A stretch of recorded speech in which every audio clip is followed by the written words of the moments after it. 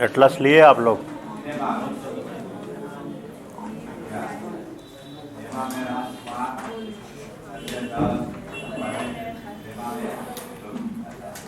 सभी लोग लगता है नहीं लिए हैं ना? लिए पीछे कहिया लेगा? हंस रहा है 2022 में? पिछले बार भी नहीं लिया था तू। एक एक चीज़ हमको याद रहता है।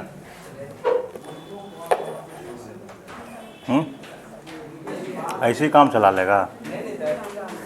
तब कोई बड़ा चीज़ है? एटलस लेना बहुत ज़रूरी है। बताइए आज के पेपर का हेडलाइन क्या है? देखिए सवाल कैसे निकाल देते हैं।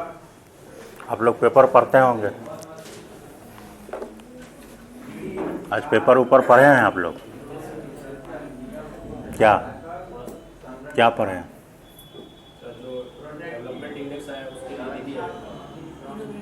अंतर्राष्ट्रीय इंडेक्स सबसे हाँ, और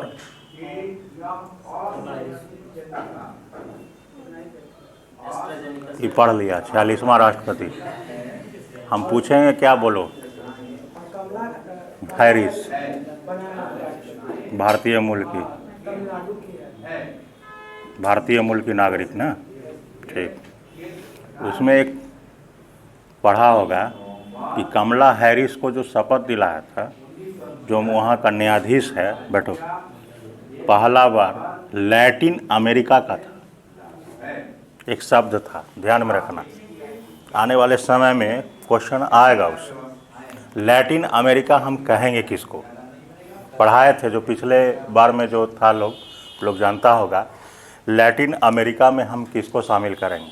कौन कौन से देश लैटिन अमेरिका के अंतर्गत आएंगे? समझ रहे हैं बात को? सवाल ये देखिए, लोकेशन अभी देखते होंगे, अभी G7 का चल रहा है, समिट की चर्चा। जहां लोकेशन आ गया उससे एक सवाल निश्चित रूप से जो है आए। ऑन नहीं है? ऑन तो है,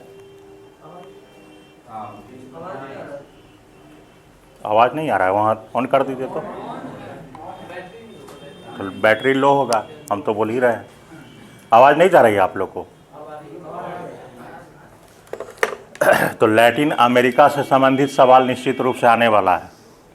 जैसे ही कोई स्थान बोले हैं आप लोग को कि चर्चा में हो, कोई पर्सन चर्चा में हो, तो वो तो करंट अफेयर्स का अलग अपना सवाल हो गया। लेकिन ज्योग्राफी का सवाल हम कैसे निकालेंगे? या मान लीजिए कोई सम्मेलन कहीं पर हो रहा है, या मान लीजिए जलवायु संबंधित कोई सम्मेलन हो रहा है, या पर्यावरण से जुड़ा हुआ कोई कहीं पर कुछ सम्मेलन वगैरह हो रहा है, या कोई स्थान चर्चा में हो, ठीक है, या कोई जीव जंतु का पलायन किसी स्थान से हुआ हो, वैसे स्थान को ज़रूर अपने एटलस में आप चिन्हित ज़रूर करिएगा। समझ गए बात को? और करेंट अफेयर से ये भी जुड़ा हुआ रहेगा कि क्यों चर्चा में रहा। अभी यही आप जनवरी से लेकर के जब तक आपका एग्जामिनेशन नहीं होगा तब तक आप पूरा का पूरा करेंट आप पढ़ेंगे। अभी आसान हो जाएगा आपके लिए कि अभी से आप पढ़ते जाएंगे, तो उस समय तो सिर्फ आपको रिवीजन करना रहेगा। और हमको लगता है कि एक बार आप देख लीजिएगा तो आपको याद हो जाएगा। विजुअल क्या आसान लगता होगा? तो उसमें शब्द था लैटिन अमेरिका, या अगर हम कह लें अमेरिका मुख्य रूप से, तो अमेरिका के राष्ट्रपति। अगर पूछा जाए कि अमेरिका है कहाँ, अमेरिका ना कि नॉर्थ अमेरिका। अमेरिका जो देश है, जो संयुक्त राज्य अमेरिका है, जो 50 राज्यों का देश है, 50 स्टेट्स हैं अमेरिका में, ठीक है। ये किस महाद्वीप में है? चर्चा में है तो उसको ज़रूर ध्यान में रखिएगा, ठीक है। और भारत से उसका जो संबंध होगा, देखिएगा आज के पेपर में एडिटोरियल्स वगैरह में भी रहा है। अभी से पीटी के साथ अगर मेंस आप तैयार करेंगे तो आपको ये भी पक्ष और विपक्ष की चर्चा आपको मिलते जाएगा। जो बाइडेन क्या हमारे भारत के लिए अच्छा साबित होंगे, अमेरिका में जो अस्थिरता की माहौल है उसके लिए उनका क्या मुख्य कार्यक्रम होगा। ट्रंप देख रहे हैं कि शामिल भी नहीं हुआ, भाग गया। समारोह में, पता होगा आप लोगों को, हेडलाइन में है, सब दिया हुआ है। तो ये सब अभी से अगर बना लीजिएगा तो आपको आसान हो जाएगा, हमको लगता है कि।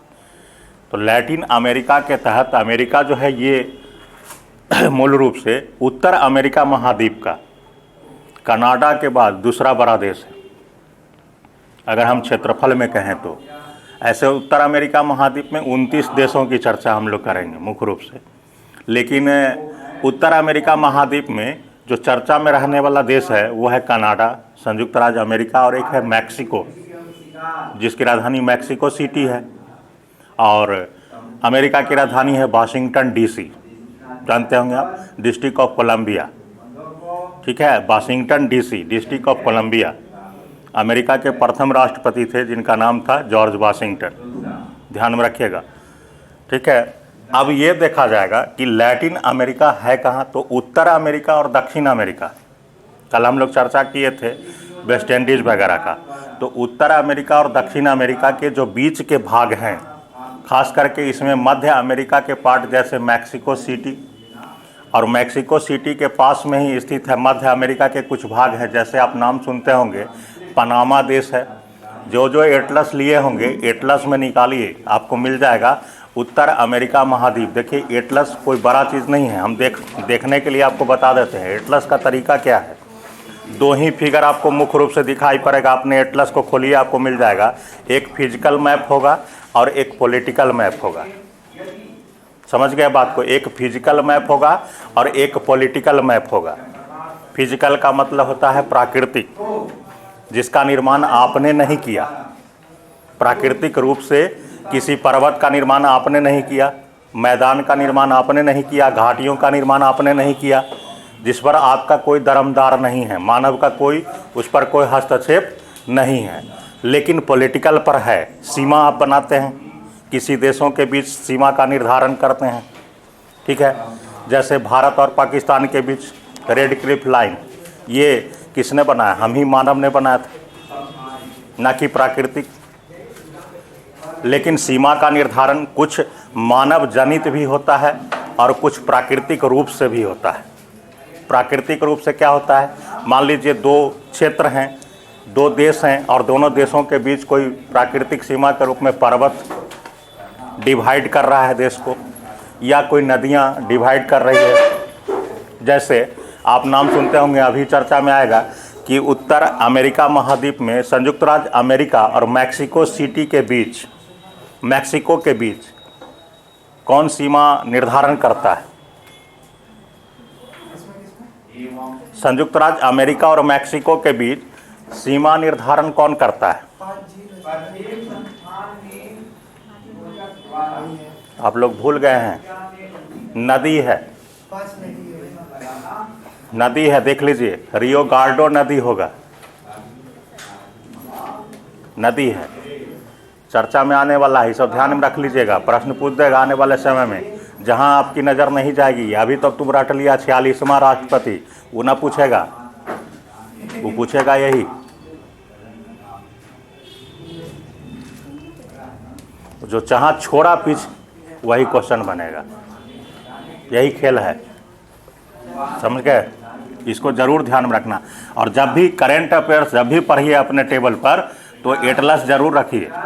बिना एटलस का अगर पढ़ते हैं आप तो बेकार है। फिर एक अनुच्छेद का किताब भी रखिए, अगर कोई संवैधानिक न्यूज चर्चा में रहा है, तुरंत आप आर्टिकल कोई चर्चा में रहा तो तुरंत आर्टिकल को आप देख लीजिएगा।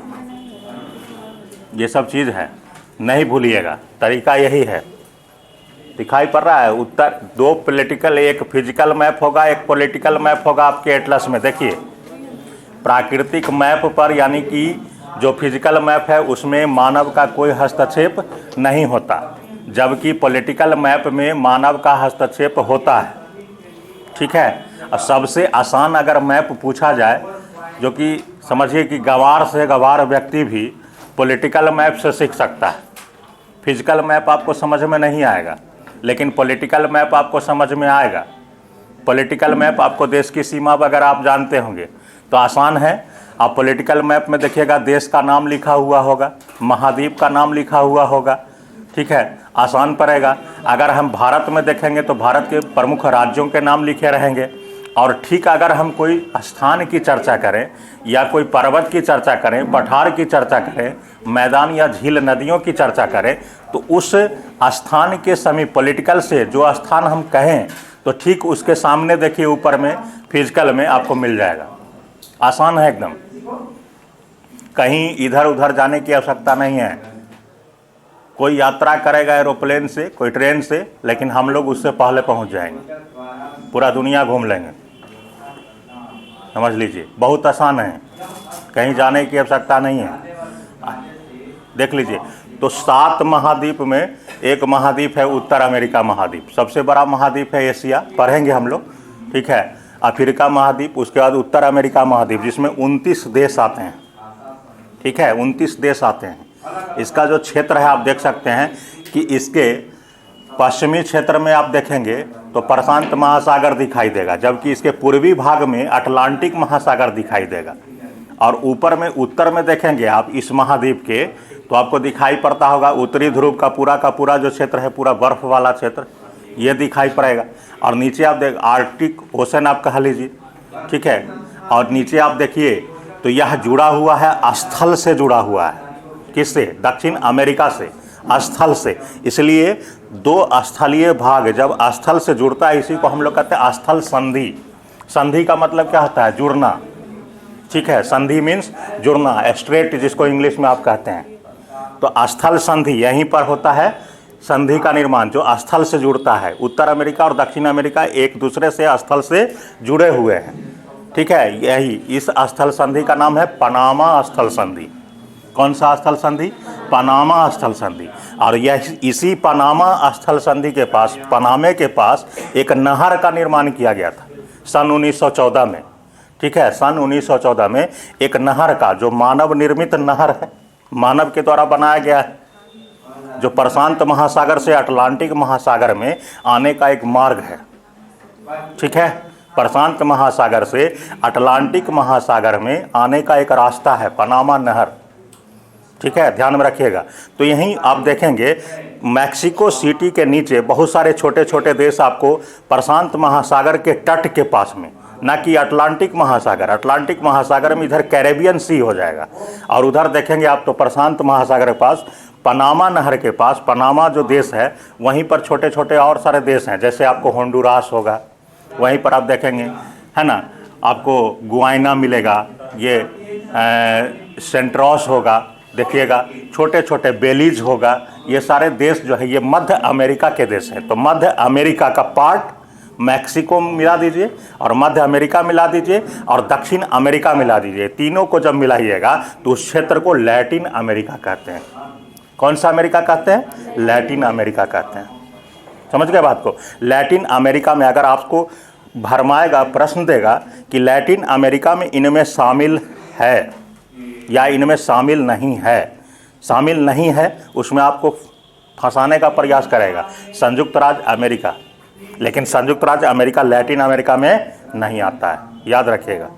संयुक्त राज्य अमेरिका लैटिन अमेरिका के पार्ट नहीं है, इसलिए कंफ्यूज नहीं होना है। कनाडा भी नहीं आएगा, न संयुक्त राज्य अमेरिका आएगा। लैटिन अमेरिका का पार्ट मैक्सिको सिटी, मध्य अमेरिका में वही जो छोटे छोटे देश हैं, पनामा के पास में छोटे छोटे देख, निकारागुआ होगा, होंडुरास होगा, यही बेलीज होगा, ठीक है, पनामा होगा। ये सारे जो देश हैं, इसको हम लोग क्या कहेंगे? मध्य अमेरिका बोलते हैं, इसको मध्य अमेरिका। और दक्षिण अमेरिका का जो पार्ट है उसको लैटिन अमेरिका कहते हैं। खास करके लैटिन जो क्षेत्र है ना, ये मुख्य रूप से अभी हम कल चर्चा किए थे कि भौगोलिक खोज के दौरान आपको पता होगा कि यूरोप से बहुत सारे जो खोज शुरू हुए थे तो यूरोप से हो रहे थे। तो स्पेन के लोग भिन्न भिन्न जगहों पर जाने लगे, इटली के लोग भिन्न भिन्न जगहों पर जाने लगे, पुर्तगाल के लोग भिन्न भिन्न जगहों पर जाने लगे। तो उनकी संस्कृति और वहाँ की संस्कृति जब मैचिंग हुआ, उसी को हम क्या कहते हैं? लैटिन अमेरिका कहते हैं। यूरोपियन क्षेत्र में उनके, जैसे फ्रांसीसी का संस्कृति, इतावली संस्कृति, इटली वाले लोग गए, स्पेनिश सारे लोग जब वहाँ गए और वहाँ पहले से जो उनका अपना संस्कृति था, दोनों का मिक्स जब संस्कृति हुआ, उसी संस्कृति से जुड़ा हुआ शब्द क्या निकला? लैटिन शब्द निकला। इसलिए इस क्षेत्र को हम लोग क्या बोलते हैं? लैटिन अमेरिका कहते हैं। ध्यान में रखिएगा। तो आने वाले समय में एक प्रश्न यहाँ से जरूर आएगा। जब हम लोग पढ़ेंगे महाद्वीप भी, तो हम लोग एक एक चीज़ को क्लियर करेंगे। चर्चा में था इसलिए आपको आज हम चर्चा की है। समझ रहे हैं बात को? तो जहाँ चर्चा रहे उसको थोड़ा चर्चा जरूर कर लिया कीजिए। पेपर में डेली आएगा, कुछ भी टॉपिक रहता है जो चर्चा में रहे उसको जरूर देख लीजिए। और एटलस पर एक बार देखिए, मिला है कि नहीं आप लोग? अभी एटलस खोले, मिला? आसान हुआ? देखिए कितना आसान हो गया। किसको नहीं मिला? सभी लोगों को मिल गया। एटलस क्या किया? एटलस खो गया। कहाँ चल गया एटलस?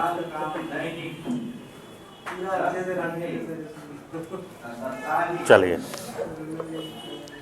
बहुत आसान हो जाएगा। आसान तरीके से अगर आप करेंगे तो बहुत आसान हो जाएगा, कोई भारी नहीं है। देखिएगा तो बहुत आसान हो जाएगा। वहीं पर है, बहुत सारे देशों की राजधानी भी है। जो चर्चा में रहे उसको ज़रूर एक बार देख लिया कीजिए। यही प्रश्न आएगा आने वाले समय में, ठीक है? क्योंकि अमेरिका तो भाई जानते हैं सिरमौर है, और उससे एक दो प्रश्न तो आना ही आना है आने वाले समय में, अमेरिका से जुड़ा हुआ। तो हम लोग पढ़ेंगे जब उत्तर अमेरिका महाद्वीप पढ़ेंगे तब, और विस्तृत बात। चलिए, कल हम लोग बहुत सारी बात की चर्चा किए थे, ठीक है? उस बात को थोड़ा आज हम लोग लिखने का भी प्रयास करेंगे। बहुत सारे लोग लगता है कि कल किस छूट गया था क्या आप लोग का? कुछ लोग का छूटा है, कुछ लोग का छूट गया होगा हमारे ख्याल से। चलिए, कल की बात समझ में आई थी आप लोग को?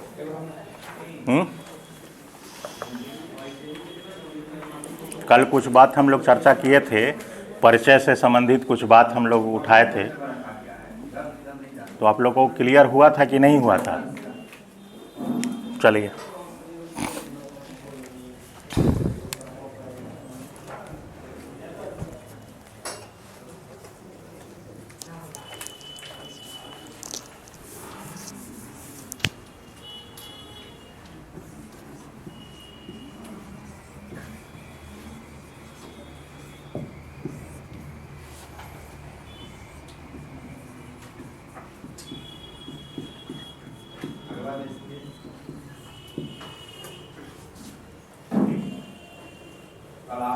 कल हम लोग चर्चा किए थे। देखिए, सिंपल सा बात है। कल बताए थे आपको कि इससे हमारा कोई अर्थ नहीं निकलेगा।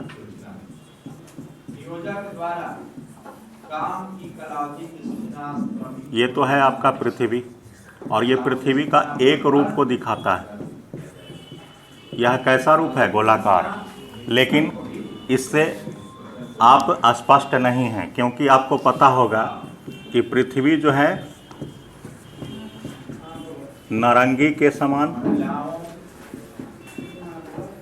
चिपटा भी है, ठीक है? देखिए, भूगोल जब भी हम पढ़ेंगे तो इसको हम लोग कल चर्चा किए थे कि भूगोल को हम लोग विज्ञानों का विज्ञान भी कहते हैं।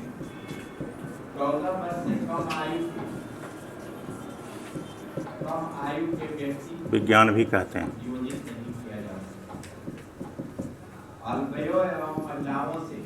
अब विज्ञानों का विज्ञान क्यों कहेंगे? विज्ञान में आप देखते होंगे कि बहुत सारा चीज़ आता है। जैसे देखते होंगे कि कोई भी चीज़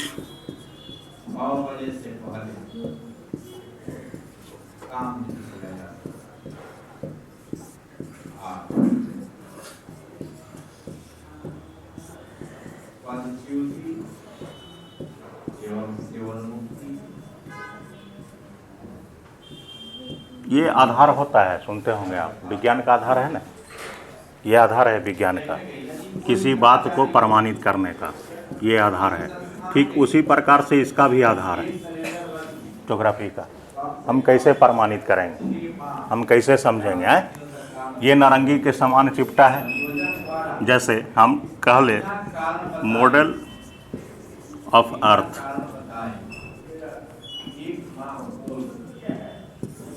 पृथ्वी का प्रारूप या नमूना ग्लोब को कहेंगे। इस ग्लोब पर आप देखते होंगे, अगर हम देखें जो माना गया है, तो इसको अगर हम देखें तो इसके सेंटर से जो हम लोग रेखा खींचेंगे, इसी रेखा का नाम क्या है, इसी को हम लोग कह लें ये क्षैतिज रेखा है। इस रेखा को हम लोग 0 डिग्री मानते हैं और ठीक 0 डिग्री के ठीक सामने यहाँ 90 डिग्री पर ये 90 डिग्री और यहाँ ठीक 90 डिग्री, ये नॉर्थ पोल और ये हो गया आपका साउथ पोल। ठीक है। अब देखिए यहाँ पृथ्वी का व्यास, यहाँ व्यास क्या है पृथ्वी का, ये है 12,756 किलोमीटर, जबकि यहाँ व्यास क्या है, कितना है जी, 12,714 किलोमीटर। यानी यह प्रमाणित क्या करता है कि पृथ्वी बाहर की ओर उभरी हुई है, कहाँ पर, विषुवत रेखा पर, जबकि जैसे जैसे हम ध्रुवों की ओर बढ़ते हैं, चाहे वो नॉर्थ में जाए चाहे साउथ में जाए, पृथ्वी क्या हो रही है, संकीर्ण होती है, यानी चपटी हुई है। कहाँ पर, पोल के पास, ध्रुवों के पास। ठीक है, ध्यान में रखिएगा, जो प्रमाणित करता है कि नारंगी के समान चपटी भी है और गोलाकार भी। ठीक है। लेकिन अगर हम देखें ज्योग्राफिकल व्यू से कि हम लोग ये जो शब्द लाते हैं, इस शब्द से हम प्रमाणित नहीं हो पाते, इसलिए हम लोग इस शब्द को प्रमाणित करते हैं कि ये शब्द है क्या। खास करके देखेंगे आप कि जियो मीन्स पृथ्वी, और ये जो शब्द है ग्राफी, जिसको आप कह सकते हैं कि स्टडी कह लीजिए या डिस्क्रिप्शन भी कहते हैं, वर्णन करना, वर्णन करना। तो डिस्क्रिप्शन का अर्थ क्या हो गया, किसका हम वर्णन करेंगे, पृथ्वी का, किसका, पृथ्वी का, और पृथ्वी के साथ साथ पृथ्वी के चारों तरफ के स्थितियों का। ठीक है, पृथ्वी के साथ साथ पृथ्वी के चारों सराउंडिंग, यानी पृथ्वी के वायुमंडल का, पृथ्वी के ऊपरी भाग का, पृथ्वी से जुड़ा हुआ जितने भी नक्षत्र हैं, तारे हैं, जैसे सूरज खास करके पृथ्वी से संचालित है, तो उसका भी हम लोग अध्ययन करते हैं। यानी इसमें ब्रह्मांड यानी कॉस्मोलॉजी की भी चर्चा हम लोग करते हैं। जबकि पृथ्वी के अंदरूनी भाग का जब अध्ययन करते हैं, सिर्फ और सिर्फ अंदरूनी भाग का अध्ययन, इसलिए आप सुनते होंगे कि एक विषय आता है, ग्रेजुएशन में आप पढ़ते होंगे, जिसको हम लोग कहते हैं जियोलॉजी, भूगर्भ शास्त्र, भूगर्भ शास्त्र, जियोलॉजी। वो सिर्फ और सिर्फ पृथ्वी के आंतरिक बातों की जानकारी देती है, जबकि यह पृथ्वी से जुड़ा हुआ समस्त क्रियाकलापों की जानकारी देता है। दोनों में अंतर है, समझ लीजिएगा, डिस्क्रिप्शन और स्टडी। इसलिए हम स्टडी यहाँ पर नहीं लिखे हैं, डिस्क्रिप्शन होगा वर्णन करना। यह पृथ्वी की समस्त क्रियाकलापों का, पृथ्वी के चारों तरफ के क्षेत्रों का अध्ययन कराता है। खास करके पृथ्वी और ब्रह्मांड के रिलेशन का भी यह आपको जानकारी देता है। कौन देता है, भूगोल, जियोग्राफी जिसको आप कहते हैं। यह शब्द जो है कहाँ से आया है, तो ये ग्रीक भाषा से आया है, ग्रीक, इसी को हम लोग यूनानी भाषा भी कहते हैं। ये शब्द है ग्रीक भाषा का, कौन सा शब्द से, जियोग्राफिका, जियोग्राफिका या ग्राफिया भी कह सकते हैं, कहीं कहीं जियोग्राफिका रहता है या जियोग्राफिका। ये दो शब्द हैं, जियो मीन्स पृथ्वी और ग्राफिका का अर्थ हो गया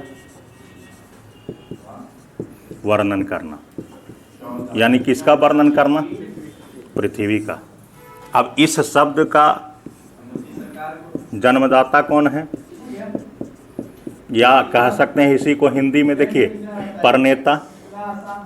ठीक है, या आप कह लीजिए हिंदी का एक शब्द है प्रतिपादक। देखिए एग्जामिनर क्या करता है, शब्दों के हेर फेर से आपके आंसर बदलवा देगा। समझ रहे हैं बात को, जो ज़्यादा प्रचलित शब्द है, हो सकता है उस शब्द को ना डाल के लिख दिया प्रणेता, अब आप खोजते रह जाइएगा कि प्रणेता का मतलब क्या हुआ। करता कुछ नहीं है, आसान क्वेश्चन है, लेकिन थोड़ा सा उलट दिया शब्द, तो ये कहाँ से मिलेगा, पेपर स्टडी से मिलेगा आपको। समझ रहे हैं बात को, तो ये शब्दों के हेर फेर से भी आपके आंसर बदल जाएंगे। समझ गए बात को, ध्यान में रखिएगा। जैसे सिंपल से आप लोग इतिहास आप पढ़ रहे होंगे, इतिहास में अभी आप लोग क्या क्या पढ़े, इधर शुरू पढ़ लिया आप लोग, उत्तर वैदिक काल, तो सिंधु तो पढ़ ही लिया होगा, हैं? पढ़ लिया ना जी। अब तुम ही बोलो, तुम ही से पूछ रहे हैं, बोलो। सिंधु घाटी सभ्यता में प्लेटफॉर्म के अवशेष कहाँ से मिलते हैं?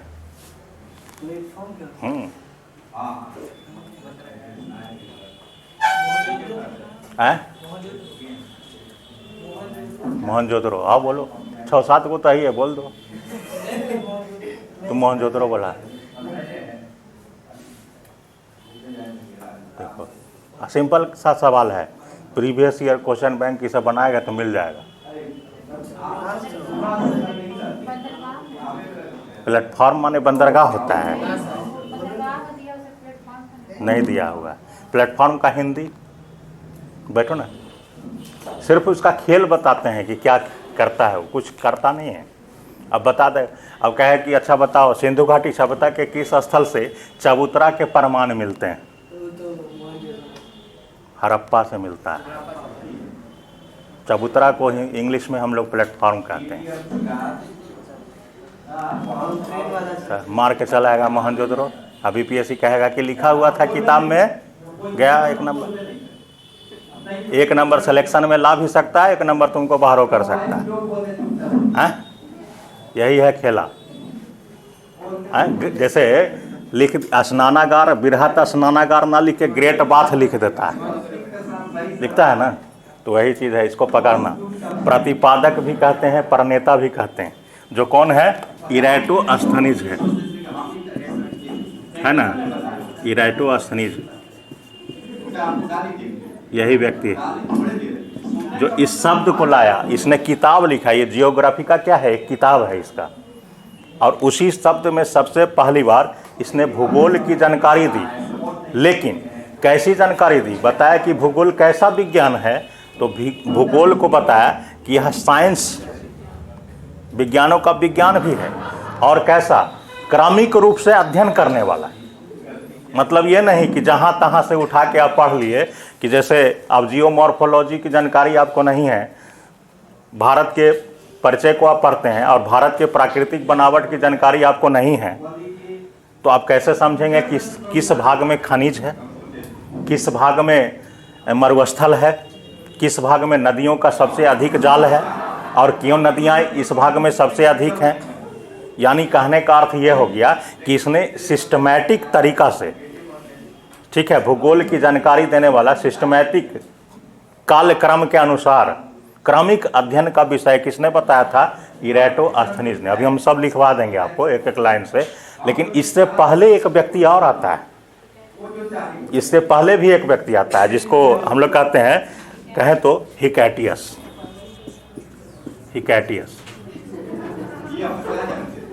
हिकैटियस आता है इरेटोस्थनीज से।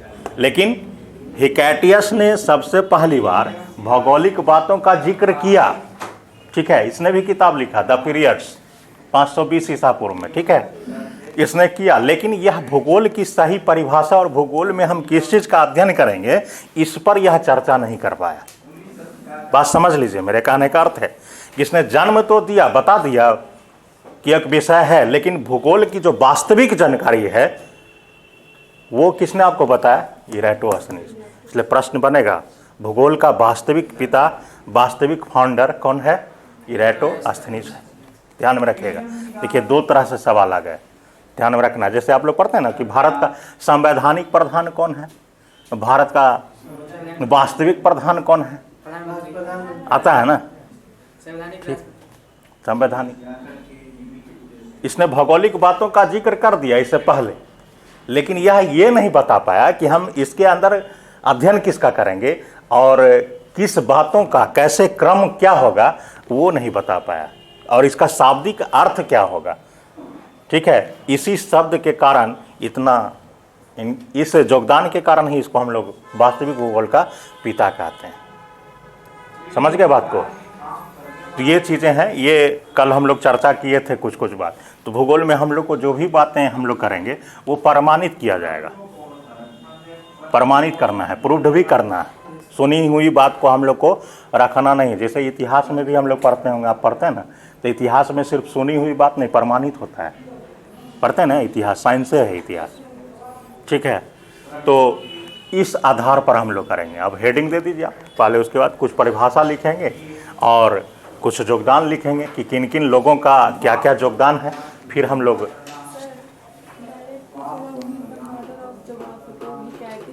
हाँ हिकैटियस अगर डायरेक्ट में आता है, इरेटोस्थनीज ऑप्शन में नहीं रहे तब, समझ गए बात को। दोनों ऑप्शन में रहेगा तो इरेटोस्थनीज मारिएगा, वास्तविक का ज़्यादा होता है मार्क, काम करने वाले का जिम्मेवारी ज़्यादा होता है, समझ गए बात को। ये विषय के बारे में सिर्फ बता के छोड़ दिया, चर्चा ही किया, लेकिन इसके अंदर हम करेंगे क्या, किस बातों का अध्ययन करेंगे, ये नहीं बता पाया।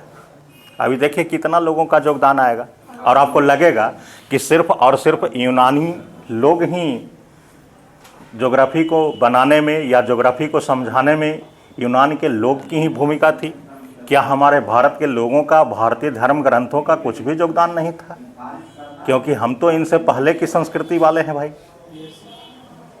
सिंधु घाटी सभ्यता है, तो निश्चित है कि हमारी तो कुछ ना कुछ तो प्रभाव रही होगी इनसे। दोनों का हम लोग तुलनात्मक अध्ययन करेंगे, ठीक है। कमीशन में हम लोग जब भी पढ़ेंगे तो किसी भी बात का तुलनात्मक अध्ययन करना बड़ा ज़रूरी है, और ख़ास करके भारत के परिप्रेक्ष्य में ये तो आपको दिखाना पड़ेगा कि हमारा भारत उस विश्व के क्षेत्र में कहाँ तक है और भारत की पहचान कहाँ तक है, ये दिखाना पड़ेगा, ठीक है। तो इस आधार पर हम लोग करते जाएंगे। अब हेडिंग दे दीजिए और पहले परिभाषा लिख लीजिए, उसके बाद फिर हम लोग और आगे बढ़ेंगे।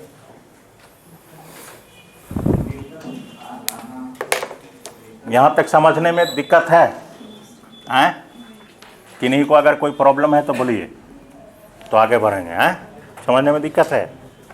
चलिए लिखिए परिभाषा। देखिए, भूगोल एक ऐसा विज्ञान है या शास्त्र है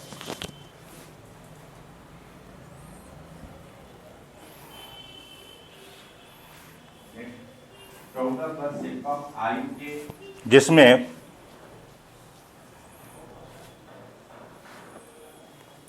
ब्रह्मांड में स्थित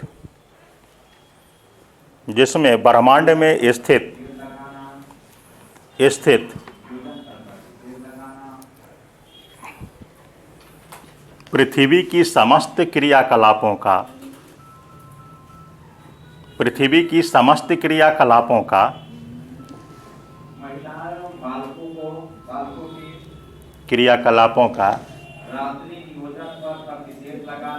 तर्कपूर्ण अध्ययन किया जाता है, भूगोल कहलाता है।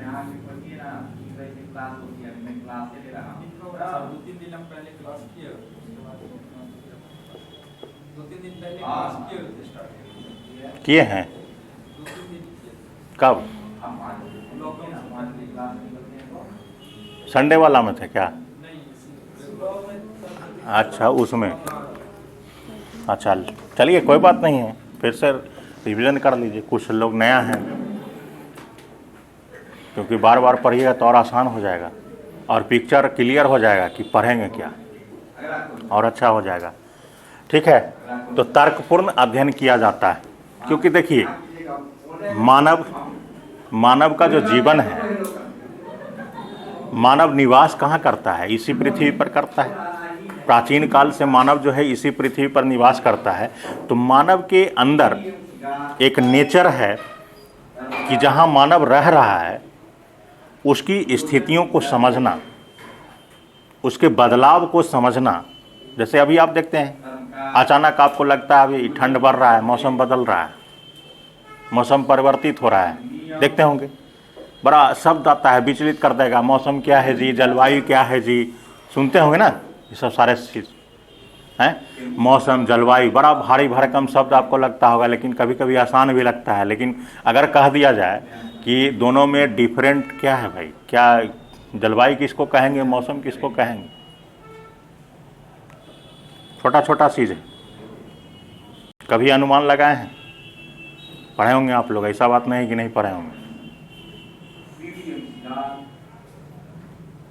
मौसम से हम लोग यही अनुभव करते हैं कि जो क्षणिक बदलाव होता है, क्षणिक बदलाव होता है। अभी धूप है तुरंत छाँव हो गया, अभी धूप है हो सकता है तुरंत हवा चलने लगा, मतलब तुरंत बदलाव मौसम। लेकिन जलवायु मौसम का ही विस्तृत रूप है जो एक लंबे अरसे के बाद बदल रहा है।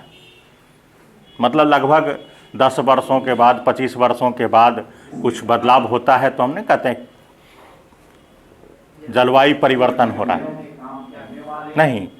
और इसी जलवायु परिवर्तन का नतीजा होता है कि बहुत सारे जीव पलायन कर गए, बहुत सारे जीव जो है लुप्त हो रहे हैं, पर्यावरण अस्थिर हो गया है। बड़ा चर्चा है आज का, ये सब ज्वलंत मुद्दा है।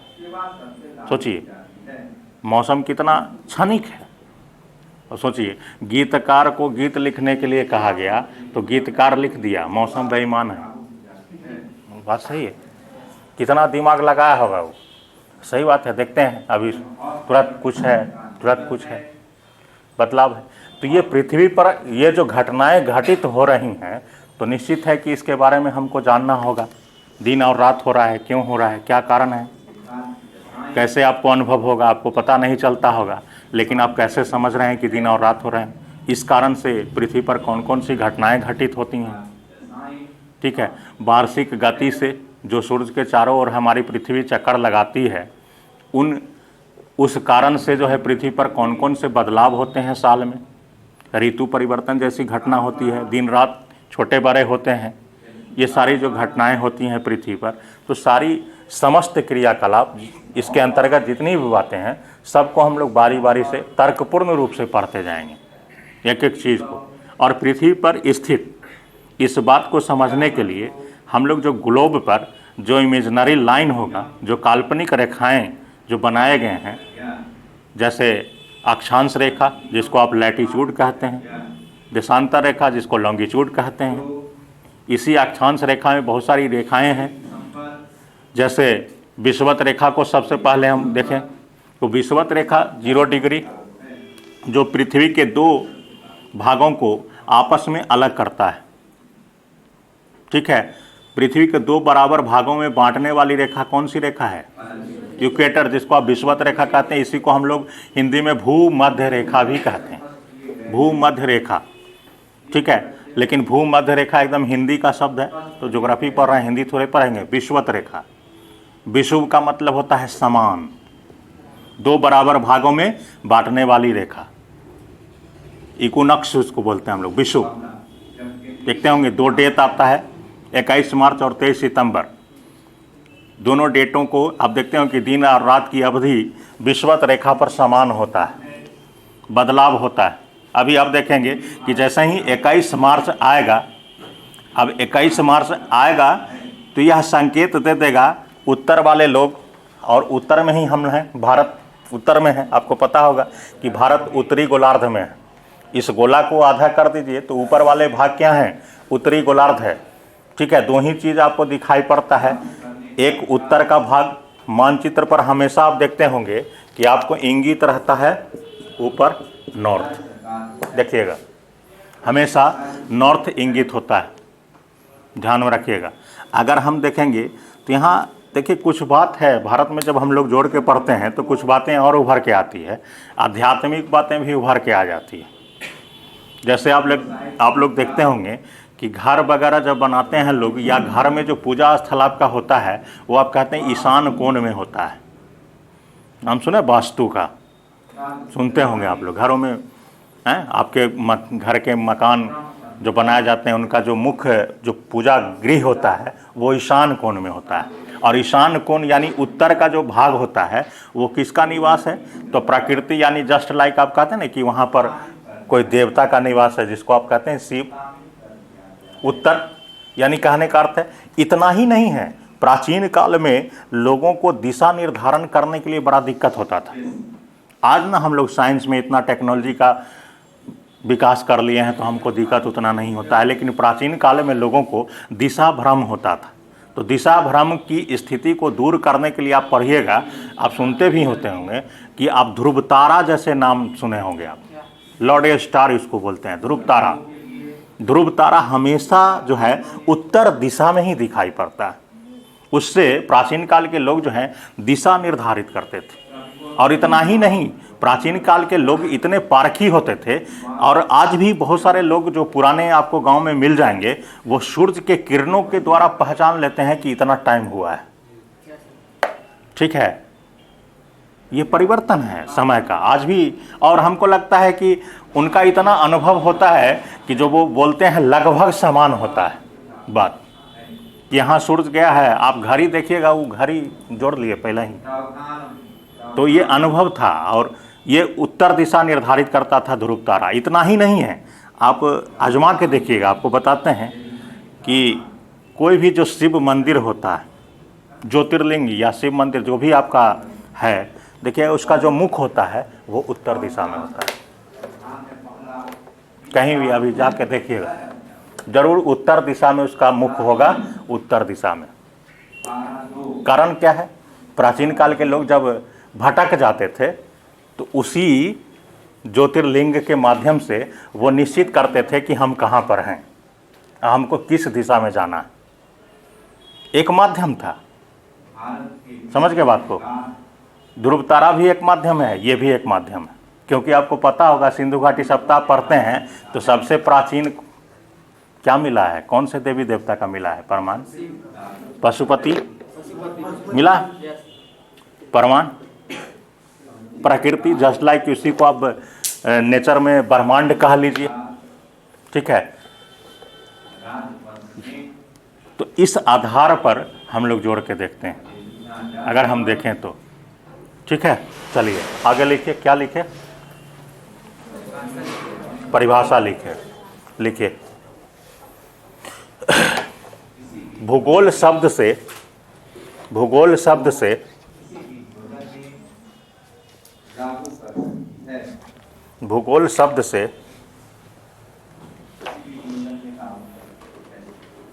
पृथ्वी के एक रूप का बोध होता है।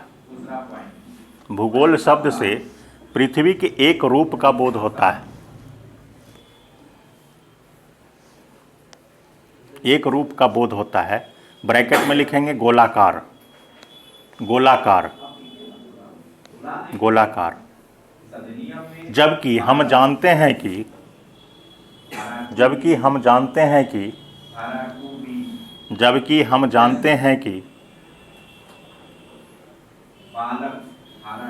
पृथ्वी नारंगी के समान, पृथ्वी नारंगी के समान चपटी भी है, नारंगी के समान चपटी भी है। इस बात की प्रामाणिकता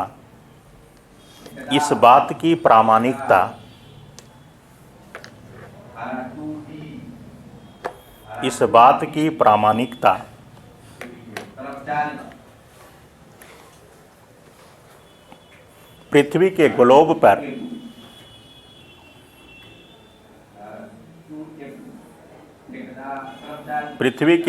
पर खींची गई काल्पनिक रेखा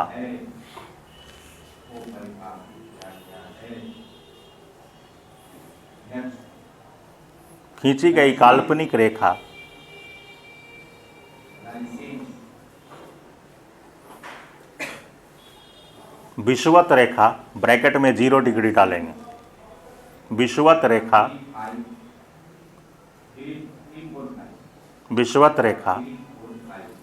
जो पृथ्वी को 2 बराबर भागों में बांटती है,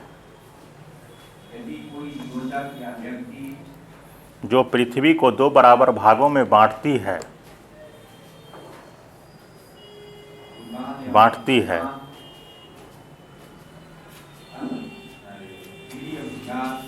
यहाँ पृथ्वी का व्यास 12,756 किलोमीटर है। यहाँ पृथ्वी का व्यास 12,756 किलोमीटर है, जबकि 12,756 लिखे हैं वहाँ 12,756 किलोमीटर है, जबकि विषुवत रेखा के उत्तर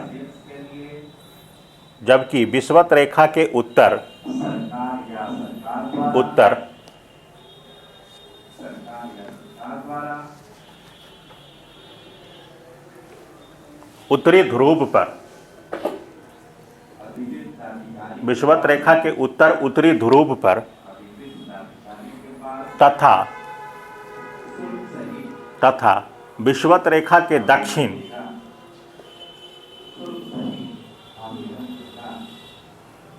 दक्षिणी ध्रुव पर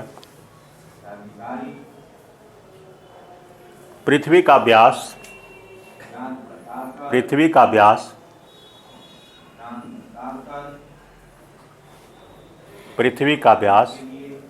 12,714 किलोमीटर है। 12,714 किलोमीटर है।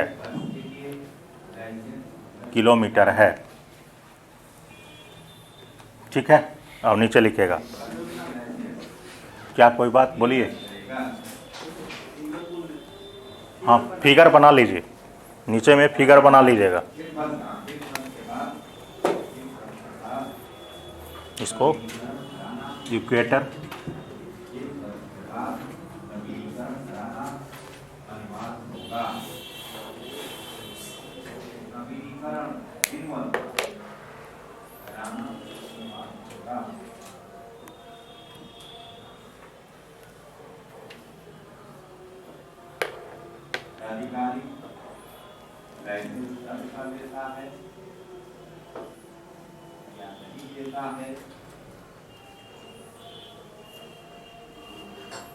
अगर ऐसे पूछा जाए आप लोग से कि पृथ्वी का सेंटर हम कहाँ मानेंगे, तब कहाँ होगा? विषुवत रेखा नहीं हम मानते हैं, काल्पनिक है तो माना गया। अगर ऐसे पूछा जाए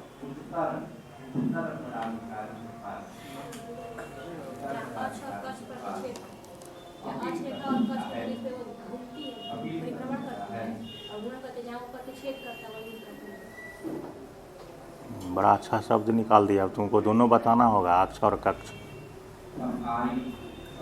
घुमा दी, इंटरव्यू में इसे घुमाएगी तो घुमा देगा भर अच्छा से।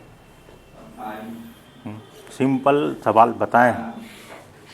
जब काल्पनिक रेखा नहीं है, अक्ष की चर्चा हम नहीं करेंगे, तब कहाँ मानेंगे? सेंटर हम कहीं मान सकते हैं, जाम खड़ा है वहाँ भी मान सकते हैं, तो तुम्हारी इच्छा पर निर्भर करता है। क्या ये बात सत्य नहीं है? लगता है कि अतिशयोक्ति वाला है, मतलब पचने लायक नहीं है। जहाँ आप हैं वहाँ सेंटर मान सकते हैं। मैगलन ने क्या किया था, जहाँ से चला वहीं फिर आ गया। 1520 में भ्रमण किया और वह जहाँ से शुरू किया चलना, पुनः उसी स्थान पर पहुँच गया। तो सेंटर हम कहीं भी ले सकते हैं, अगर ये इमेजिनरी लाइन ना रखें तो। ये तो काल्पनिक रेखा है, माना गया है। आपको कल ही बताया है कि इतना बड़ा है पृथ्वी, और जब बड़ा है तो हमको समझने में जो कठिनाई होगी, हम कैसे समझेंगे कहाँ पर कितना तापमान है, कौन सी जलवायु है, कितने टेम्परेचर पर हम जाएंगे तो वहाँ क्या परिवर्तन हो रहा है, किस भाग में जाएंगे तो समय में क्या बदलाव हो रहा है। अभी आप समझते होंगे, आपके मन में बहुत सारे सवाल आएंगे ना, पढ़िएगा, आप जानते ही होंगे अभी कि अभी भारत में इतना समय हुआ, तो भारत के पश्चिमी देशों में कितना समय हो रहा होगा। समय में फ्लैक्चुएट होता है। यहीं भारत में ही देख लीजिए ना कि अरुणाचल प्रदेश वाला जो है पहले जग जाता है और गुजरात वाला बाद में जगता है, और दोनों में मारपीट शुरू हो गया, क्योंकि भारत सरकार में नौकरी सबको मिलेगा, उसको ही मिला, इसको ही मिलेगा नहीं। तो ये लोग जो है बेचारा 5 बजे ये लोग को सूर्योदय हो गया 6 बजे तक। अभी लोग 6 बजे तो सोया हुआ है, 2 घंटा बाद में होता है वहाँ। अब सोचिए, जब तक वो लोग घर से निकल गया, तैयार वार होकर के अभी सूत के उठिए रहा है। अब इसको फाइन लगा देगा कि तू तो 2 घंटा लेट आया है जी। बड़ा दिक्कत है भारत सरकार के पास कि समय जून टाइम नहीं। तो उसी प्रकार से विश्व में भी हुआ होगा। भारत के मानक समय की बात हम कर रहे हैं, 82.5 डिग्री पूर्वी देशांतर, आप कहते हैं ना कि हमारा भारत जो है 82.5 डिग्री पूर्वी देशांतर पर स्थित है। तो आखिर इस तरह की जो घटनाएं हो रही हैं, तो इसका क्या कारण हो सकता है? इन्हीं रेखाओं के माध्यम से कल बताए हैं, आपका मोबाइल का जीपीएस सब इन्हीं रेखाओं के माध्यम से ही काम करता है। 0 डिग्री पर आप देखिए, सिंपल सी बात है। अगर हम अभी भूगोल को देखेंगे, इसके बाद जब लिखिएगा आप, इसके बाद आपको बताएंगे, जब कॉन्सेप्ट भूगोल के कॉन्सेप्ट को ही मुख्य रूप से आपको समझना है। और कॉन्सेप्ट समझ लीजिएगा तो उस कॉन्सेप्ट को क्या है ना, रीजनिंग जैसे समझते हैं ना, उसी प्रकार से अप्लाई करना है। बात समझ लीजिए, अप्लाई करना है। जैसे अभी आपको बताए हम कि 0 डिग्री क्या है, पृथ्वी के ठीक बीचों बीच कौन सा रेखा है? विषुवत रेखा। और इसी विषुवत रेखा पर सूर्य की किरणें लंबवत होती हैं। सबसे अधिक सूर्य का किरण कहाँ होगा? विषुवत रेखा पर। अब जब सूर्य का किरण सबसे अधिक होगा तो निश्चित है कि तापमान भी सबसे अधिक होगा। इस भाग में होगा कि नहीं होगा? हैं, आप अप्लाई लगाइएगा और आप देखिएगा फिगर में, एटलस में अपना देख लीजिए, आपको दिखाई पड़ जाएगा एटलस में कि विषुवत रेखा के समीप ही सबसे अधिक जल के भंडार हैं। जल के भंडार हैं, जस्ट लाइक प्रशांत महासागर, अटलांटिक महासागर और हिंद महासागर। मौलिक रूप से अगर हम महासागर की चर्चा करें तो महासागर मौलिक रूप से 3 ही हैं। ठीक है, 3 ही हैं। और कौन कौन है? जो कि प्रशांत महासागर है, अटलांटिक और हिंद है। अगर उसमें भी कहें तो एक ही महासागर रहा। प्रशांत का ही एक रूप है जिसको आप कहते हैं पैंथालसा। पढ़िएगा, महाद्वीपीय विस्थापन में हम बताएंगे। पैंथालसा एक ही महासागर था। महाद्वीपों का जब विस्थापन हुआ, जहाँ जहाँ विस्थापित हुआ तो पानी तो देखते हैं ना, जहाँ जहाँ उसको जगह मिलेगा अपना सराउंडिंग बनाना शुरू कर देगा। ठीक है, तो प्रशांत महासागर, अटलांटिक महासागर और हिंद महासागर। सबसे अधिक तापमान, तो जब सबसे अधिक तापमान होगा तो निश्चित है कि इस भाग में क्या होगा? निम्न दाब और उच्च दाब जैसी स्थिति होगी कि नहीं होगी? लो प्रेशर और हाई प्रेशर है। और जब लो प्रेशर और हाई प्रेशर की स्थिति होगी, तापमान अधिक होगा, तो बाष्पीकरण की क्रिया भी सबसे अधिक होगा इस भाग में, नहीं होगा? तापमान होने से, और जब लो प्रेशर और हाई प्रेशर का बेल्ट हो जाएगा तो इस भाग में क्या होगा? बाष्पीकरण की क्रिया सबसे अधिक होगा। सिंपल सा बात है। और जब बाष्पीकरण की क्रिया होगी तो निश्चित है कि इस भाग में संघनन, यानी पूरा का पूरा क्षेत्र जो है बादल से घिर जाएगा। और सबसे अधिक वर्षा इस भाग में होगा। कहाँ? विषुवत रेखा के पास। और जब सबसे अधिक वर्षा होगी इस भाग में तो निश्चित है कि सबसे अधिक वन भी होगा। समझ गए बात को? सबसे अधिक वन भी होगा। इसलिए आप सुनते होंगे कि विषुवत रेखा के पास विषुवत रेखीय वन पाए जाते हैं, जो सबसे सघन वन होता है और सबसे ज़्यादा वन का क्षेत्र होता है। समझ गए बात को? इसका मूल कारण क्या है? यह पृथ्वी का सबसे ऐसा भाग है जहां सूर्य की लंबवत किरणें होती हैं।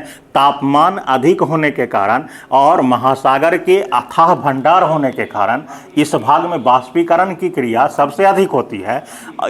इस क्रिया के कारण ही इस भाग में वर्षा की क्रिया सबसे अधिक है। सालों भर वर्षा होती है। और जब सालों भर वर्षा होगी तो निश्चित है कि यहाँ के जो क्षेत्र होंगे वो हरे भरे होंगे, वनस्पति सघन होगा, लंबे लंबे वृक्ष होंगे इस भाग में। ठीक है, विषुवत रेखीय क्षेत्र। इसी विषुवत रेखीय क्षेत्र के जो वन हैं, जैसे आप चर्चा करते हैं अमेजन का वन, नाम सुनते हैं ना, अमेजन का वन जो दक्षिण अमेरिका में है। अभी हाल ही में चर्चा में था, जो आग वगैरह भी लग गया था, हैं, सुनते हैं आप इस भाग में। तो वहाँ के जो कोई जीव अगर चर्चा में है तो प्रश्न आ जाएगा। समझ गए बात को? इसी पर्यावरण, जैव विविधता आएगा, पर्यावरण से जुड़ा हुआ क्षेत्र। भारत में अगर आपसे पूछा जाए कि भारत में वैसे वन कहाँ हैं जो सबसे सघन वन है, विषुवत रेखीय क्षेत्र है, इस भाग में जो वर्षा का जो औसत क्षेत्र, औसत वार्षिक वर्षा होगा वो 200 सेंटीमीटर से अत्यधिक होगा, सबसे अधिक होगा, क्योंकि सूर्य का तापमान सबसे अधिक है। और निश्चित है कि यहाँ जल का भंडार भी अधिक है, तो बाष्पीकरण की क्रिया भी अधिक होगी। अगर हम देखें भारत में उठा के तो आपको पता चलता होगा कि सबसे अधिक वर्षा और सबसे पहले वर्षा केरल में हो जाता है। सुनते हैं ना आप लोग, केरल में होते हैं। इसका मुख्य कारण अब जब पढ़िएगा, जलवायु पढ़ेंगे हम लोग तो बताएंगे आपको कि किस भाग में सबसे अधिक होता है। आप सुनते होंगे कि मानसीन राम में वर्षा होता है, जहाँ 1114 mm वर्षा होता है, आप नाम सुनते हैं ना, जो सबसे अधिक है, इसका भी मुख्य कारण है प्राकृतिक बनावट है। आप देखते होंगे भारत का फिगर आप देखिएगा तो आपको पता चल जाएगा, भी आकार के जैसा बना हुआ है। याद कीजिए, पूर्वोत्तर में जाइए, आपका इमेजिन कीजिए, भी आकार के जैसा बना हुआ, वहाँ 3 पहाड़ी है, गारो, खासी और जयंतियाँ, हम सुनते हैं ना। उस भाग में बंगाल की खाड़ी से जो हवा जाएगी, और यह गर्म हवा थी, और जब खाड़ी से जा रहा है, समुद्र से जा रहा है या महासागर से जा रहा है, तो यह हवा कैसी होगी, नमी युक्त होगा, वजन ले लिया पानी वाला। और जैसे ही यह वजन वाला हवा जो है, इसके मार्ग में कोई रुकावट आया तो नीचे होगा ना, सिंपल सा बात है। तो इस भाग में इस त्रिभुज की जो आकृति आप देखते हैं ना, खो है इस टाइप का, वहाँ जो भी हवाएं जाती हैं उस खो से निकल नहीं पाता, इसलिए उसको हमेशा वर्षा करना पड़ता है। इसलिए हमेशा वहाँ, इसलिए सबसे अधिक वार्षिक वर्षा का जो परसेंटेज है वो सबसे अधिक है इस भाग में। ठीक है, तो ये आपको यूटिलाइज करना होगा। आधारभूत कॉन्सेप्ट को अगर आप समझ लीजिएगा तो आपको कोई दिक्कत नहीं होगा। आपसे सवाल पूछा जा सकता है कि विषुवत रेखीय क्षेत्र में या विषुवतीय क्षेत्र में सबसे अधिक वर्षा होते हैं, इसका मुख्य कारण क्या है। ठीक है, ध्यान में रखना होगा। तो इसका मुख्य कारण क्या है कि सूर्य की लंबवत किरण पड़ती है और जल के अथाह भंडार हैं, जिसके कारण यहाँ पर यह स्थिति उत्पन्न होती है जो वर्षा के लिए अनुकूल है। समझ गए बात को, सिंपल सा है। तो ये सारी बात भी उभरेगा, हम लोग लाएंगे। ठीक है, चलिए आगे लिखिए, कहाँ तक लिखे, हाँ लिखिए। भूगोल का शाब्दिक अर्थ, भूगोल का शाब्दिक अर्थ, भूगोल का शाब्दिक अर्थ, भूगोल का शाब्दिक अर्थ अंग्रेजी शब्द, अंग्रेजी शब्द जियोग्राफी, अंग्रेजी शब्द जियोग्राफी, जियोग्राफी, जियोग्राफी जो जो जो ग्रीक या यूनानी भाषा, जो ग्रीक या यूनानी भाषा, जो ग्रीक या यूनानी भाषा, यूनानी भाषा के जियोग्राफिका शब्द से लिया गया है, के जियोग्राफिका शब्द से लिया गया है।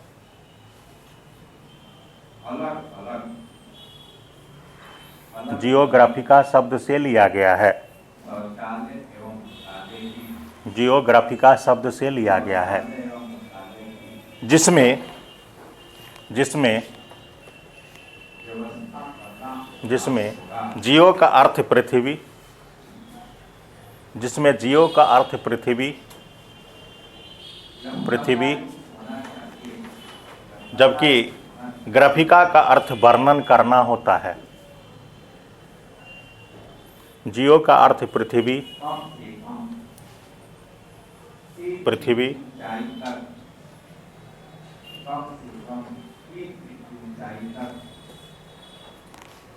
ग्राफिका का अर्थ वर्णन करना होता है। ध्यान में रखिएगा। देखिए, इसी जियो से हम लोग 2-3 शब्द और बना लेंगे। जियो से जियोलॉजी, जो पृथ्वी के अंदरूनी भाग का अध्ययन कराएगा, और जियो से आप पढ़ते हैं जियोमेट्री, पढ़ते हैं ना, उसमें भी हम लोग पृथ्वी का ही मापन करते हैं, नहीं, ध्यान में रखिएगा। तो ये शब्द कहाँ से आया, ग्रीक भाषा यानी यूनानी भाषा। कल हम लोग चर्चा किए थे, यूनान को अगर आपको देखना है एटलस में तो तुरंत आप जो है अभी देखे हैं उत्तर अमेरिका महाद्वीप, उत्तर अमेरिका महाद्वीप उलटिए, देखिए यूरोप महाद्वीप कहीं मिलेगा आपको, देखिए तो यूरोप महाद्वीप, यूरोप महाद्वीप,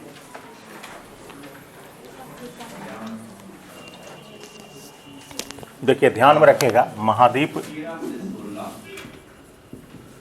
इसी को हम लोग महादेश भी कहते हैं। ये सब ध्यान में रखिएगा, बोलते जाएंगे तब ध्यान में रखिएगा। वाला जुलाई व्यवस्था प्रत्येक संस्थान में जहाँ भी कार्य होता हो, जहाँ भी कार्य होता हो, अंटार्कटिका छठा है यूरोप और सातवां है ऑस्ट्रेलिया। ठीक है, ये वाला हटा दें, लिख लिए हैं।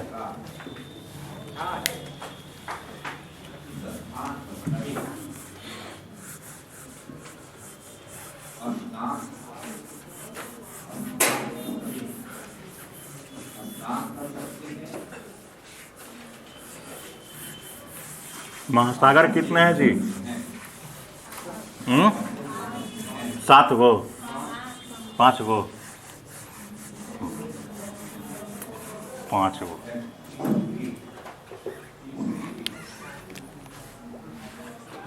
महासागर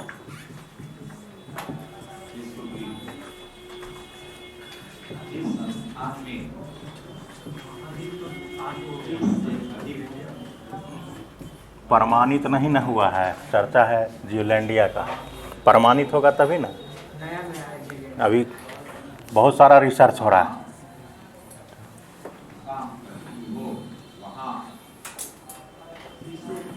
अटलांटिक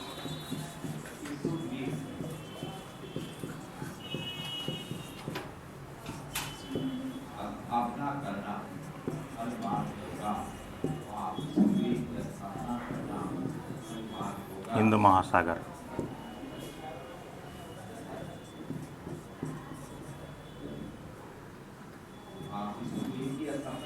अंटार्कटिक महासागर,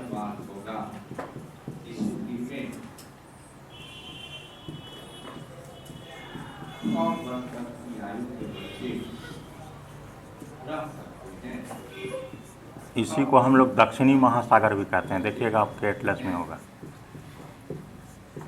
और इसी को उत्तरी ध्रुव महासागर भी कहा जाता है, या इसी को हम लोग छिपता हुआ महासागर भी कहते हैं।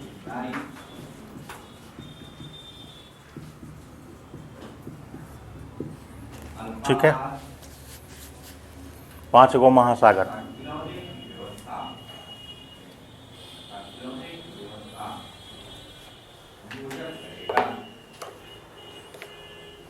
साथ साथ हम लोग सब चीज़ सीखते भी जाएंगे, हैं? आसान हो जाएगा, क्योंकि बार बार बोलेंगे तो आप खोजने में आपको आसान हो जाएगा।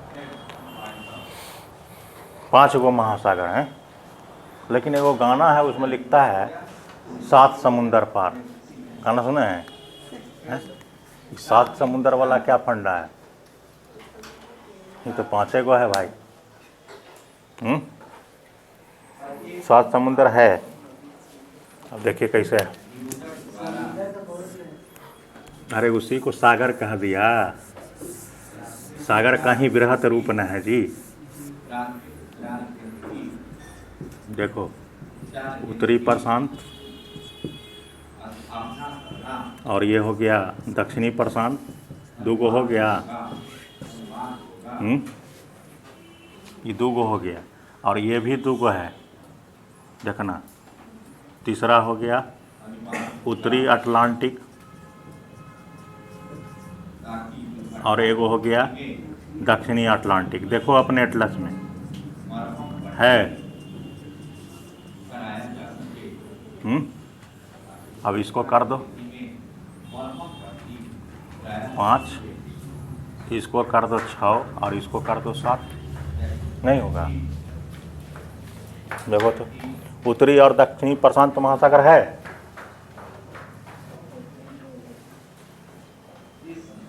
पूरा विश्व वाला फिगर निकालिए, पीछे में होगा आपके एटलस में।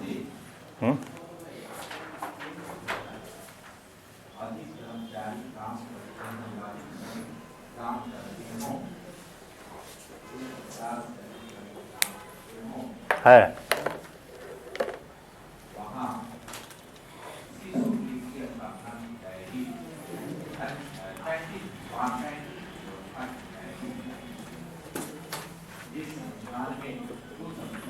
मिल गया? वहाँ एटलस नहीं रखे हैं? बैंकिंग की व्यवस्था की, बैंकिंग की व्यवस्था की। अरे क्या हो रही है इसमें चला है और उसमें कुछ निकलते जाता है रूप हो गया है निकल हो जाता है। जब तक नस नहीं टूटेगा देखिए पूरा विश्व का फिगर है, देख लीजिए, आपके पीछे होगा, सभी के एटलस में होगा, समझ लीजिए। इस भाग में ये पूरा का पूरा ये उत्तर अमेरिका महाद्वीप ऊपर वाला आपको दिखाई देगा, उत्तर अमेरिका महाद्वीप, और ये नीचे है दक्षिण अमेरिका महाद्वीप, दिखाई पड़ रहा है। और इसके जस्ट इधर का जो ये भाग है पूरा का पूरा, पानी का जो पहचान चिन्ह है वो नीला होता है, ठीक है, ध्यान में रखिएगा। तो ये जो भाग है पूरा का पूरा, ये प्रशांत महासागर का भाग है। इसी को हम लोग कैसा भाग कहेंगे? ऊपर भाग, ऊपर वाला कैसे हम नापेंगे? विषुवत रेखा कहीं से गुजर रहा होगा 0 डिग्री से ऊपर, तो उत्तरी प्रशांत ऊपर वाला भाग हो गया, और नीचे भाग दक्षिणी प्रशांत। ठीक इसके बाद आप देखते हो कि पृथ्वी तो गोल है, लेकिन ये तो आप जानते हैं कि आपको दिखाने के लिए बनाया गया है, तो इस पर प्रदर्शित कर दिया है। तो ये गोलाकार भाग ऐसे गोल मिलेगा, तो ये भाग जो है इधर भी आपको दिखाई पड़ेगा। तो इधर भी उत्तरी प्रशांत और नीचे दक्षिणी प्रशांत महासागर हो गया 4 गो। अब देखिए यहाँ भी आपको दिखाई पड़ रहा होगा, ये भाग यूरोप का है, ये पूरा का पूरा जो है यूरोप है, और नीचे जस्ट आपको दिखाई पड़ रहा होगा नीचे ये जो है ये पूरा अफ्रीका महाद्वीप है। यूरोप, अफ्रीका और उत्तर अमेरिका दक्षिण अमेरिका के ठीक बीच में ये पूरा का जो बेल्ट है, ये नीला वाला, ये पूरा अटलांटिक महासागर का बेल्ट। किसका बेल्ट है? अटलांटिक का।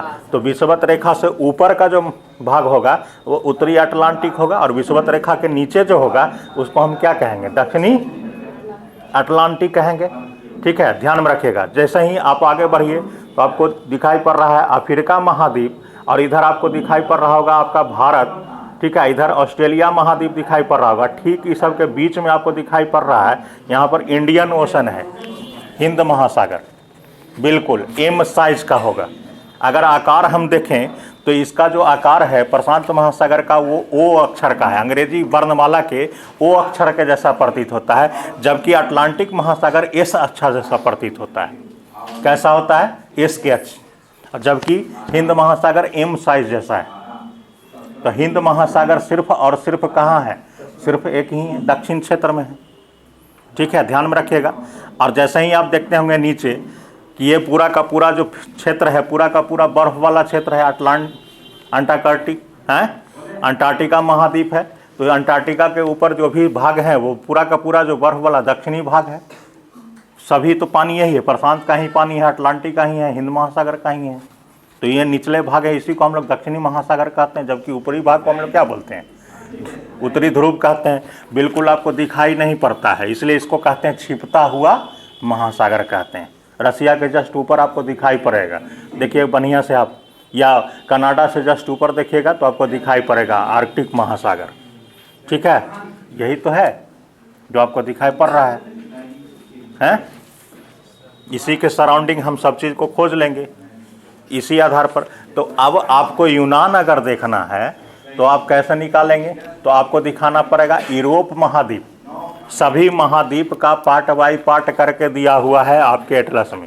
देखिए ये हो गया अफ्रीका महाद्वीप, और ये अफ्रीका महाद्वीप का ये पॉलिटिकल है, नाम लिखा हुआ है देश का, और इस देश में कहाँ कहाँ क्या क्या है इस महाद्वीप में ये सब लिखा हुआ है, ठीक है, कहाँ पर कौन सा पर्वत है, पठार है, मैदान है, रेगिस्तान है।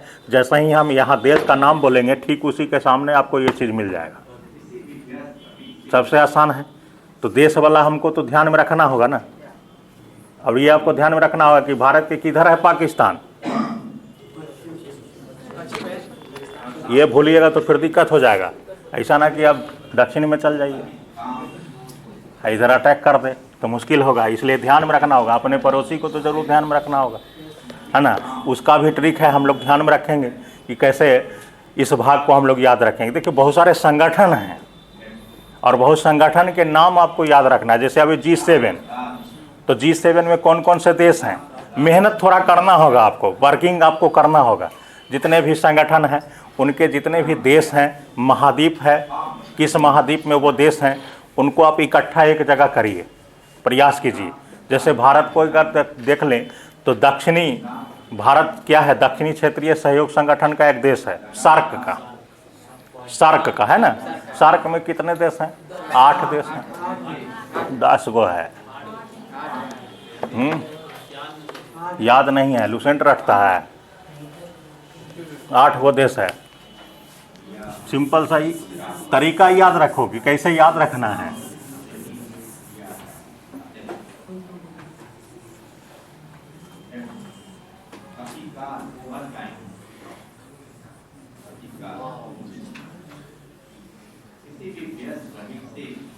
मान लो, ठीक है, मान लीजिए या इधर नारियल के आकार का है आपका श्रीलंका,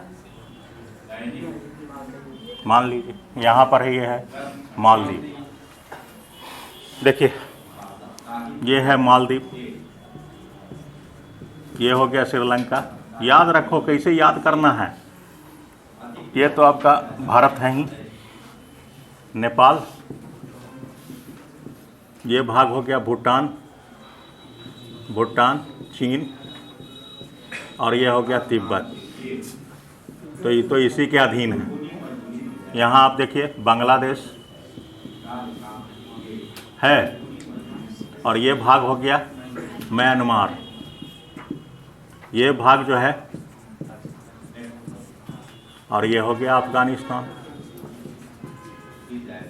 ठीक है, इसी के जस्ट ऊपर आप देखिएगा तजाकिस्तान है। देखो कैसे याद होगा। कहता है याद नहीं होगा, याद तो 1 मिनट में होगा। 1 2 3 4 5 6 7 8 हो गया सार्क देश। मालदीव, श्रीलंका, भारत, पाकिस्तान, अफगानिस्तान, नेपाल, भूटान और बांग्लादेश। म्यांमार कहियो नहीं मारना, फंसाता है म्यांमार, ऑप्शन में दे देगा।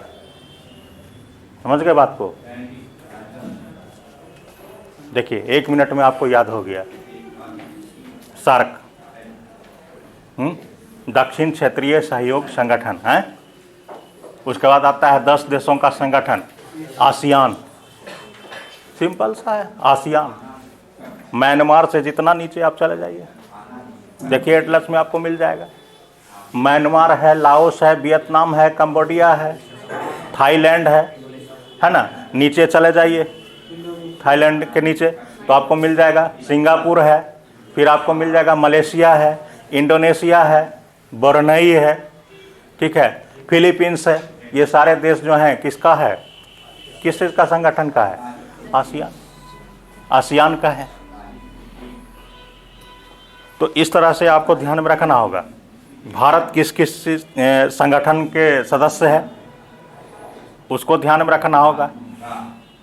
ठीक है, किस किस महाद्वीप से भारत जुड़ा हुआ है और किस किस संगठन से जुड़ा हुआ है, ये भी सवाल आता है कभी कभी। ठीक है, तो वैसे जैसे लैटिन अमेरिका में आपको बताए हैं, ठीक उसी प्रकार से इसको भी ध्यान में रखना है। पढ़ेंगे हम लोग, सारा चीज़ और क्लियर हो जाएगा। तो इस आधार पर आपको खोजना है। तो इसी प्रकार से यूरोप महाद्वीप निकालिए। देखिए तो एटलस में मिलता है आपको यूरोप महाद्वीप। देखिए यूनान देख लीजिए, इसलिए हम यूनान देखने के लिए आपको बता रहे हैं। यूनान है कहाँ, सिकंदर कैसे आया होगा, आज देख करके सोच लो कि कैसे अटैक हुआ होगा। मिला आप लोग का, निकल गया एटलस में यूरोप महाद्वीप। यूरोप महाद्वीप निकाल लिए हैं, हाँ ठीक तो है, यूरोप तो है। यूरोप महाद्वीप में जस्ट देखो, यूरोप महाद्वीप में आप जस्ट नीचे जाइएगा, एशिया लिखा हुआ है। देखिए कहीं पर एशिया लिखा हुआ दिखाई पड़ रहा है, नहीं मिला। अफ्रीका लिखा हुआ दिखाई पड़ रहा है। एशिया और अफ्रीका दोनों के बीच में देखिए भूमध्य सागर का क्षेत्र आपको दिखाई पड़ रहा होगा। इटली देखा लिखा हुआ दिखाई पड़ रहा होगा। इटली के पास में एक सागर दिखाई पड़ेगा, इयोनियन सागर, इयोनियन सागर। उसके ठीक नीचे देखिए एक देश है ग्रीस, लिखा हुआ होगा, ग्रीस है, ग्रीस लिखा हुआ। देखिए उसी ग्रीस को यूनान कहते हैं, उसकी राजधानी है एथेंस। देखिए मिला, एथेंस जिंदगी में कहियो नहीं भूलिएगा। और देख लीजिए कि एशिया है सटा हुआ, और इसी एथेंस से देख लीजिए बुल्गारिया दिखाई पड़ रहा होगा, गेरुआ रंग में है बुल्गारिया, दिखाई पड़ा बुल्गारिया।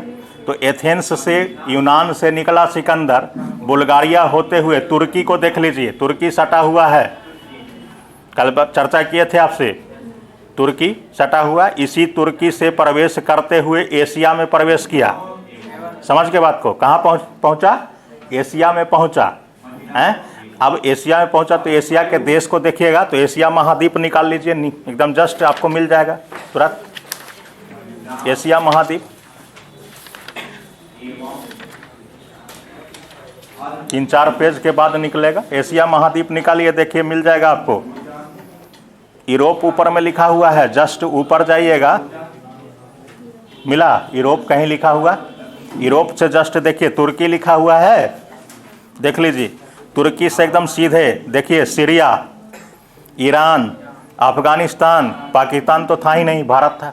देखिए कैसे पहुंच गया, रास्ता देख लीजिए, यही रास्ता था। आप समझ में आ गया ना कि कैसे अटैक हो रहा था, क्योंकि अभी तक भारत की समुद्री मार्ग की खोज नहीं हुई थी। तो जो भी आक्रमणकारी यूरोप से आ रहे थे, उनके आने के क्या मार्ग थे? यही रास्ता था। समझ गए बात को? अब पूरा क्लियर हो गया कहानी, यही माध्यम था।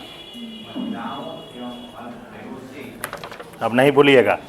चलिए, इसलिए आपको दिखा दिए हैं, यूनान को घेर लीजिएगा, जो जो चीज़ मिलता है उसको जरूर घेरिएगा, ही नहीं कि देख करके उसको छोड़ दें तो फिर भूल जाइएगा। उसको घेर लीजिए या हाइलाइटर रखिए, हाइलाइटर से उसको हाईलाइट कर दीजिए। एथेंस, एथेंस बड़ा इम्पोर्टेंट है। क्यों एथेंस को हम लोग जानते हैं?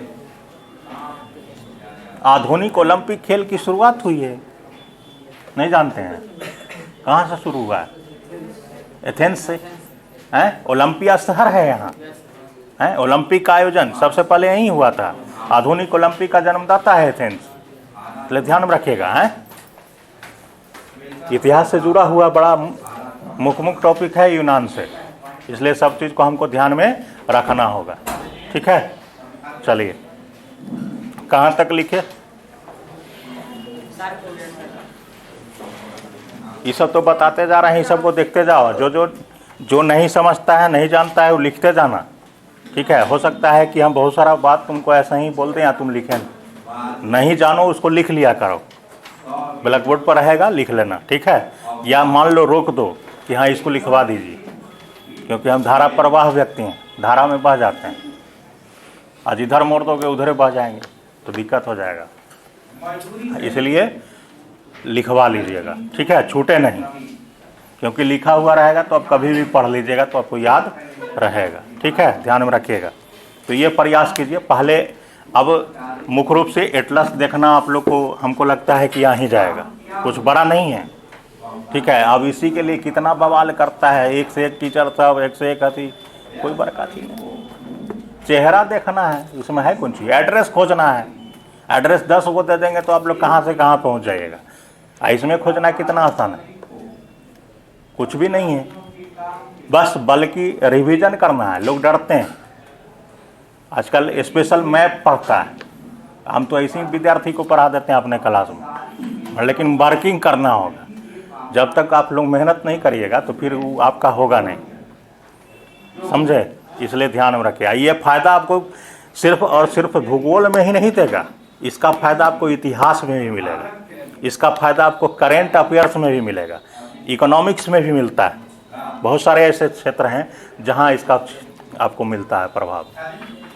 समझ गए बात को? बहुयामी इसका प्रभाव है। चलिए, आज हम लोग यहीं तक रखते हैं, लगता है समय भी जवाब दे दिया, लगता है बताने चले तो समय ही खत्म हो गया। चलिए कोई बात नहीं, फिर कल कुछ बातें लिखे थे और बाकी कल हम लोग उसको कर लेंगे। यहाँ तक दिक्कत नहीं ना हुआ है इन्हीं को समझने में? चलिए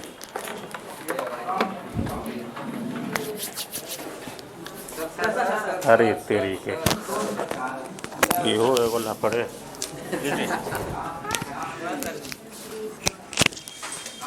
क्या है